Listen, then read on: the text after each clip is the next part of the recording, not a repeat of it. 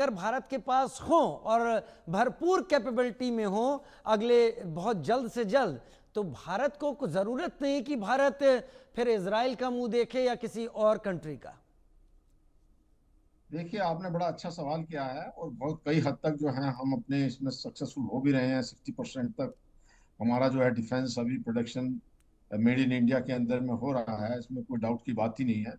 और जैसे रुद्रम की हम बात कर रहे थे, तो रुद्रम में बिल्कुल सही कहा विस्तीन साहब ने, कैप्टन साहब ने, कि जो है ये एक जो एंटी रेडिएशन इसका इफेक्ट है वो जो है जो जैम कर देता है दुश्मन के रडार को, और ये स्टिल्थ भी है साथ में।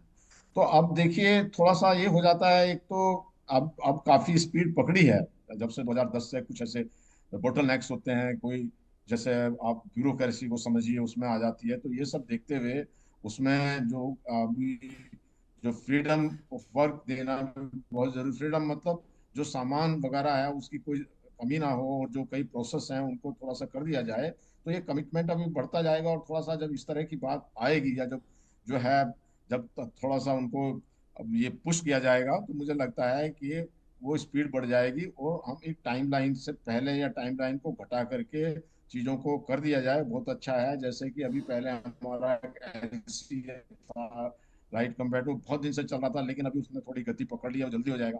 तो अभी धीरे धीरे गति पकड़ने लगी है, और जो है ये एक अच्छा है कि भाई वो हो जाएगी।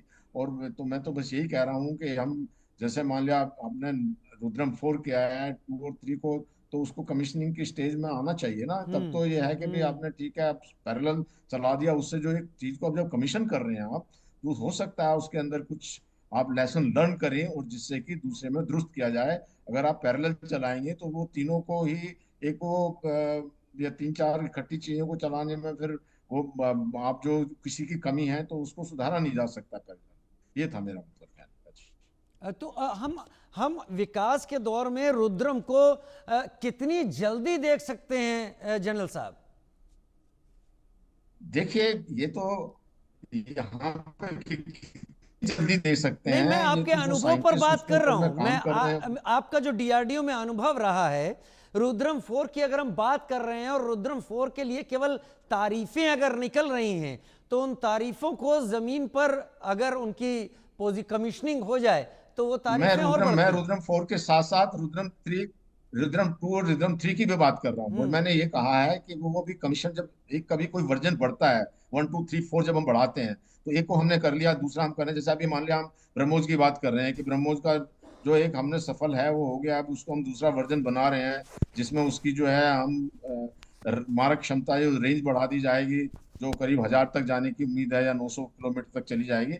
तो मेरा कहने का मतलब यह है, जब हम 1 2 3 4 की बात करते हैं, तो उसमें जो पहले वर्जन है उनको किसी स्टेज पर पहुंचाने के बाद में जब दूसरे को शुरू किया करते हैं, तो उसमें यह है कि जो उसकी पहले के ऊपर में वर्जन को मॉडिफाई करके, अब जैसे मान लिया, अभी ये आपने कहा कि ये आपकी रिपोर्ट में बताया है कि 550 किलोमीटर रेंज है रुद्रम 3 की, हम्म। और जो इसकी मारक क्षमता हम बता रहे हैं कि 300 किलोमीटर है, जो कि 1000 तक बढ़ाई जा हम्म। सकती है। हम्म। तो इस तरह की जो ये एक जो अगर हम उसको रेंज को ही ले लेते हैं, तो रेंज में ये थोड़ा सा एक विरोधाभासी लगता है जी। हम्म। ठीक है। आपने जो बातें क्लियर की बहुत बेहतर तरीके से, हम मैं अपने लिए नहीं, दर्शकों के लिए समझना चाहता हूं। लेकिन MJ Augustine sir, group captain MJ Augustine, Rudram 4 के लिए कुछ टर्म बताए गए, रुद्रम 4 क्यों बेहतर है, मैं उन टर्म पर लाना चाहूँगा। मुझे लगता है आप हमारे दर्शकों को और अच्छी तरीके से समझा पाएंगे। 4 बातें उसके बारे में बताई गई। एक तो हाइपरसोनिक स्पीड है, 5 मैक की जो हम बात कर रहे हैं उससे ऊपर जा सकती है। प्रिसीजन गाइडेंस है, यानी जीपीएस नेविगेशन इसका और बेहतर किस्म का है। इसका डिज़ाइन भी हल्का बताया जा रहा है। और चौथी चीज़ उसमें जो जोड़ी गई है वो quasi ballistic trajectory.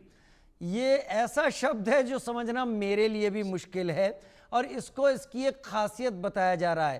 Quasi ballistic trajectory होना रुद्रम 4 को किस लिए अहम बनाता है, क्या खास है इससे? बहुत अच्छा सवाल है राजीव जी। और खैर, मैं तो सेक्रेटरी बैलिस्टिक मिसाइल डिफेंस रहा, मिसाइल्स के साथ काफी समय तक जुड़ा रहा। बट आपका जो मूल सवाल था कि ये समय क्यों लग रहा है। ये साहब अच्छे से आपको बताएंगे, लेकिन मैं आपको और दर्शकों को बताना चाहूंगा, डीआरडीओ प्रोडक्शन एजेंसी नहीं है। फिर से रिपीट करता हूं, डीआरडीओ प्रोडक्शन एजेंसी नहीं है।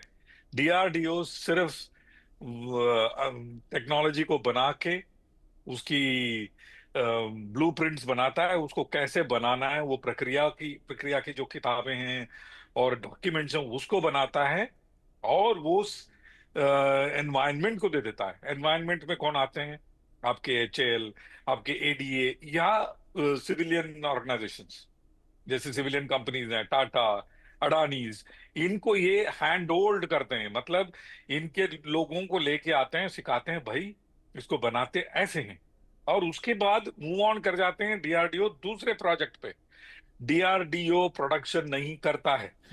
ये 99% लोगों को, अपने देश के जो लोग हैं उनको पता ही नहीं है ये बात। सो डीआरडीओ ने अपना काम बखूबी निभाया है। टेक्नोलॉजी को एक जगह पे लाया है, वो टेस्टिंग कर दिया, उसकी किताबें बन गई, उसकी टेक्नोलॉजी बन गई, उसकी डिजाइन ड्राइंग्स बन गया, उसके इंजीनियरिंग ड्राइंग्स बन गए, सारी चीजें बन गई। अभी हैंड होल्डिंग बाकी है। किसको देना है वो गवर्नमेंट ऑफ इंडिया डिसाइड करती है, उसकी प्रक्रिया अलग है। उस प्रक्रिया में डीआरडीओ का कोई हाथ नहीं है। जी जी। पहली बात, ठीक है, आप ये बात समझ गए। दूसरी बात जो है, और जरा आप मेरे को फुल स्क्रीन में लाएंगे तो मैं बैलिस्टिक की बातें जरा समझा दूं दर्शकों को।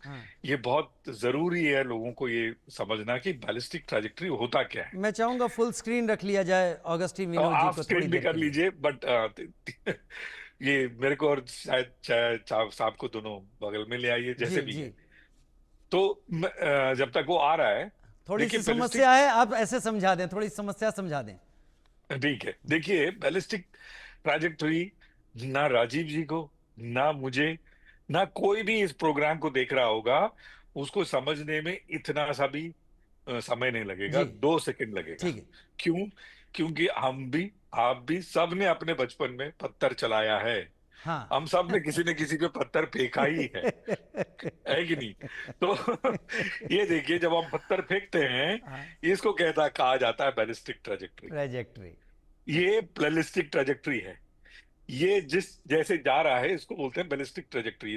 कैसे मिसाइल काम करता है?